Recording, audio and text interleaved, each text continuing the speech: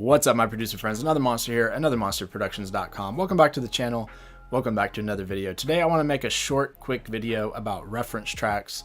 Specifically, I want to talk about 3 things that I think you all should consider when using reference tracks.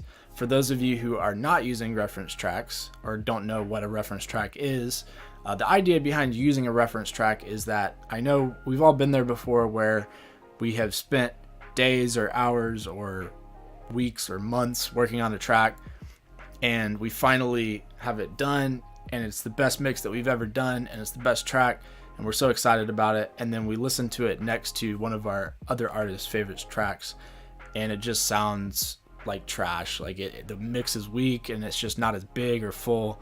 And this is where reference tracks come in, because that can go ahead. You have a goal of what your final product of the track you're producing should sound like, and hopefully this is going to save you some headache. So first of all, it's important to load up your track into your DAW, your reference track, while you're producing. Especially when you're in the mixing stage, I would recommend, if you're going to use a reference track, just sort of have a reference track in mind and start from scratch with your productions, and just use it all the way through the whole process. All right, so the first thing to consider when using a reference track is genre. And I know this is pretty common sense, but I still wanted to include it. Obviously, you don't want to use a country track as your reference track when you're producing dubstep, but it's even more subtle than that too. Like, you wouldn't want to use a dubstep track as your reference track when you're producing future bass, because the balance is just going to be slightly different. It's best to stick to the same genre of whatever you're producing. So the second thing that I think you should consider when using a reference track is if it's in the same key as whatever track you're producing.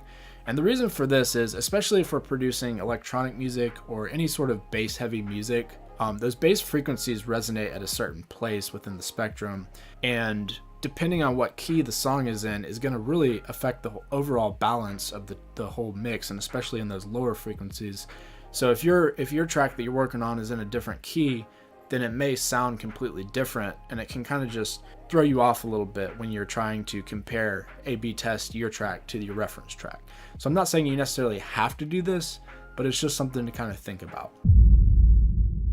All right, so the third thing that I think you should consider is volume.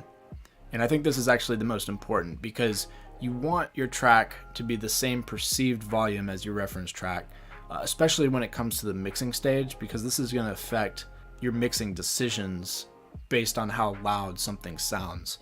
And so I've made videos on metering in the past. The best way to determine whether or not your track is at the same perceived volume as your reference track is to use a LUFS meter or a LUFS meter. And I'll just go ahead and put a link on the video right now to another video which I've made where I talked about LUFS and also spectrum analysis. I'll also leave that in a link below this video in the description if you want to check that out as well. So that's all I wanted to talk about in today's video. I hope you liked it. If you did, please go ahead, hit that like button. If you're new to the channel, subscribe. Don't forget to hit the bell notification. That's going to let you know every time I release new videos like this one.